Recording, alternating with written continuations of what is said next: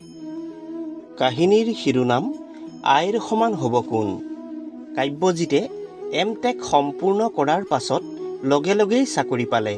বিখ্যাত কোম্পানী এটাই তাক এৰিয়াৰ মেনেজাৰ পদত নিযুক্তি দিলে।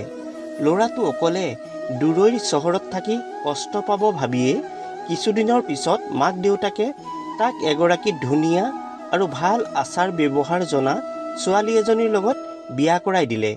কিন্তু কাব্যজিতৰ পত্নীয়েও টেলিকম বিভাগৰ ইঞ্জিনিয়াৰ পদত চাকৰি কৰি আছে।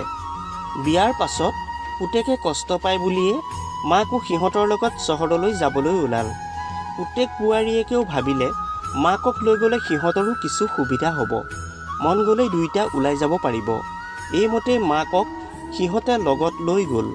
পুতেক বোৱাৰীয়েক চাকৰিলৈ ওলাই যোৱাৰ পাছত মাকে দিনটো সম্পূৰ্ণ অকলশৰীয়া হৈ পৰিছিল। কিন্তু এগৰাকী মাতৃয়ে সদায় নিজৰ পুত্ৰৰ সুখ বিচাৰে। গতিকে লাহে লাহে মাকেও চহৰৰ পৰিৱেশত নিজকে মিলাবলৈ চাইছিল। কিন্তু কাব্যজিত আৰু তেওঁৰ পত্নীয়ে সিহঁতে মাকক সদায় এইটো নকৰিবা সেইটো নকৰিবা কৈ থকাৰ লগতে এইখন যে গাঁও নহয় চহৰহে সেইটো বাৰে বাৰে কৈছিল। কিন্তু মা সদায় মায়েই হয়। মাকৰ হৃদয়খন সদায় বিশাল সন্তানৰ বাবে। গতিকে পুতেক বোৱাৰীয়েকে যি ক'লেও তেওঁ সদায় হয় হ'ব এই বুলিয়ে উত্তৰ দিছিল। এদিনৰ কথা, কাব্যজিত আৰু পত্নী দুয়ো ৰাতিপুৱাই অফিচলৈ যাব লগা হ'ল। গতিকে খৰধৰকৈ সকলো সাজু কৰি বোৱাৰীয়েকে খাদ্যৰ টিফিন ৰেডি কৰি অফিচলৈ গ'ল। তাৰ পাছত সিও সাজু হৈ অফিচলৈ ওলাই গ'ল।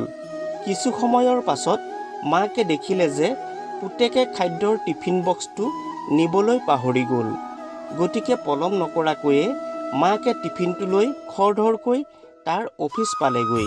কিন্তু ইতিমধ্যে পুতেকে নিজৰ অফিচ ৰুম পালেগৈ আৰু বাহিৰৰ পৰা কোম্পানীৰ দুৱাৰ বন্ধ কৰি দিলে।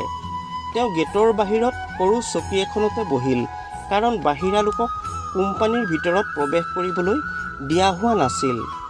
মাকে পুতেকক ফোন কৰি টিফিনটো দি যাওঁ ভাবিলে আৰু ফোন কৰিলে। কিন্তু সিও চাগৈ অফিচৰ নিজৰ কামত ব্যস্ত হৈ পৰিছিল। মাকে একেৰাহে কেইবাবাৰো ফোন কৰা দেখিও সি বিশেষ গুৰুত্ব নিদিলে, কাৰণ মাকে এনেই সৰু সুৰা চাহ ভাত খোৱা কথাকে সুধি থাকে তাক। তাতে সি এইমাত্ৰ ঘৰৰ পৰা আহিছেহে। ইপিনে মাকে বহু সময় এনেদৰেই বাহিৰত ৰৈ আছিল। বহুত সময়ৰ মূৰে মূৰে মাকে আকৌ ফোনটো তালৈ লগাই যদিও সি বাৰে বাৰে কাটি দিয়ে। এসময়ত সি অশান্তি পাই ফোনৰ ছুইচটোকে বন্ধ কৰি দিলে। পুতেকৰ কোনো উত্তৰ নাপাই মাক চিন্তিত হ'বলৈ ধৰিলে আৰু গেটকিপাৰজনক পুতেকৰ ওচৰলৈ যাবলৈ দিবলৈ খাতিৰ কৰিলে।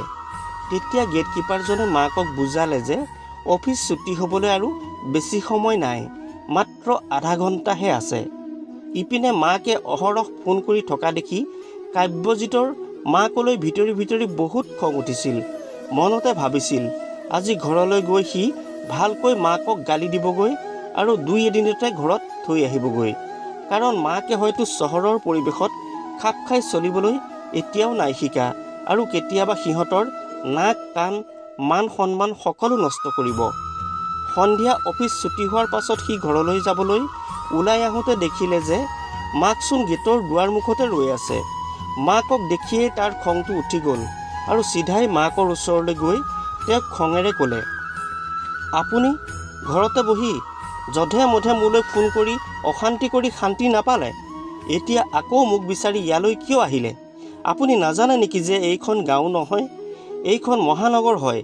মোৰ নাক কাণ শেষ কৰিহে এৰিব নেকি? কিয় আহিছিল ইয়ালৈ আপুনি? পুতেকৰ উচ্চ বাক্য শুনি মাকে লাহেকৈ বেগৰ পৰা তাৰ টিফিনটো উলিয়াই তাৰ ফালে আগবঢ়াই দিলে। টিফিনটো দেখি কাব্যজিতৰ লগে লগে মনত পৰি গ'ল যে সি আজি টিফিন ঘৰতে এৰি থৈ আহিল। সি মাকক খং কৰি অনুশোচনাত দগ্ধ হৈ পৰিল। মাকে ক'লে, কাকু তুমি ডাঙৰ হৈ ডাঙৰ চহৰত থাকিবলৈ লৈ ভাল বেয়াৰ কথা বেছি বুজিছা, কিন্তু মোৰ বাবে তুমি আজিও মোৰ হৃদয়ৰ টুকুৰা। মোৰ বাবে তুমি সদায় কণমানি কাকুটোৱেই। সৰুতে স্কুলৰ পৰা আহিয়েই বেগটো পিঠিৰ পৰা ননমোৱাকৈয়ে মোক কৈছিলা, মা ভোক লাগিছে, ভাত দিয়া। মাকৰ কথাই যেন কাব্যজিতৰ দুচকু মেল খোৱালে। সি মা বুলি মাকক সাবটি ধৰি কান্দিবলৈ ধৰিলে। তাৰ পাছতেই সি টিফিনটো তাতেই খুলি বেঞ্চতে বহি গোগ্ৰাসে খাবলৈ ধৰিলে। তাৰ কাৰ্য দেখি সেই ঠাইত গোট খোৱা সকলো সতীৰ্থই হাত চাপৰিয়ে অভিনন্দন জনালে দুয়োকে। ইয়াৰ পাছৰে পৰা কাব্যজিতে মাকক উচ্চ শব্দ বাক্য কোৱা নাছিল আৰু মাকক বহুত আদৰ যত্ন ল'বলৈ ল'লে। মাকেও পো বোৱাৰীৰ মৰম পাই চহৰৰ পৰিৱেশত নিজকে খাপ খুৱাই সহজভাৱে চলিব পৰাকৈ অভ্যস্ত হৈ পৰিল। কাহিনীৰ পৰা শিক্ষা। প্ৰিয় শ্ৰোতা বন্ধু বান্ধৱীসকল, এই কাহিনীটোৱে আমাক শিকাইছে যে এফালে আমি পঢ়া শুনাৰে শিক্ষিত হোৱাৰ পিছত নিজকে অধিক বুদ্ধিমান বুলি গণ্য কৰোঁ, যাৰ বাবে জ্ঞাতে অজ্ঞাতে আমি মাক দেউতাকৰ কথাবোৰ ভুল প্ৰমাণিত কৰিবলৈ এসময়ত জড়িত হৈ পৰোঁ। কিন্তু আমি সকলোৱে পাহৰি যাওঁ যে যিসকল পিতৃ মাতৃয়ে তেওঁলোকৰ সন্তানৰ সুখৰ স্বাৰ্থত নিজৰ সুখকো ত্যাগ কৰি আহিছে, সেই পিতৃ মাতৃয়ে কেনেকৈ নিজৰ সন্তানৰ বাবে বেয়া কাম কৰিব। প্ৰতিজন পিতৃ মাতৃৰ আশা আৰু ইচ্ছা কৰে যে তেওঁলোকৰ সন্তান তেওঁলোকৰ বৃদ্ধাৱস্থাৰ লাঠি হওক। কিন্তু বিকাশৰ অন্ধ দৌৰত আজি আমি সকলোৱে নিজৰ শিপা পাহৰি গৈছোঁ, যিটো অতি চিন্তাশীল আৰু দুৰ্ভাগ্যজনক। যদি আমাৰ পিতৃ মাতৃয়ে আমাৰ যত্ন ল'ব পাৰে, তেন্তে আমিও কিয় তেওঁলোকক লালন পালন কৰিব নোৱাৰোঁ?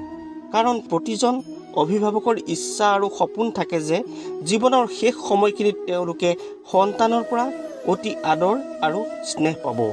গতিকে আপোনালোক সকলোৱে নিজৰ পিতৃ মাতৃৰ আশা পূৰণ কৰিবলৈ যত্ন কৰা উচিত। তেওঁলোকক কেতিয়াও অনাদৰ অপমান নকৰিব। প্ৰিয় শ্ৰোতা বন্ধু বান্ধৱীসকল, এইখিনিতে আপোনালোকলৈ অনুৰোধ, যিসকলে চেনেলটো এতিয়াও ছাবস্ক্ৰাইব কৰা নাই, ছাবস্ক্ৰাইব কৰি ল'ব, লাইক কমেণ্ট নিশ্চয় কৰিব। সকলোকে ধন্যবাদ জনালোঁ।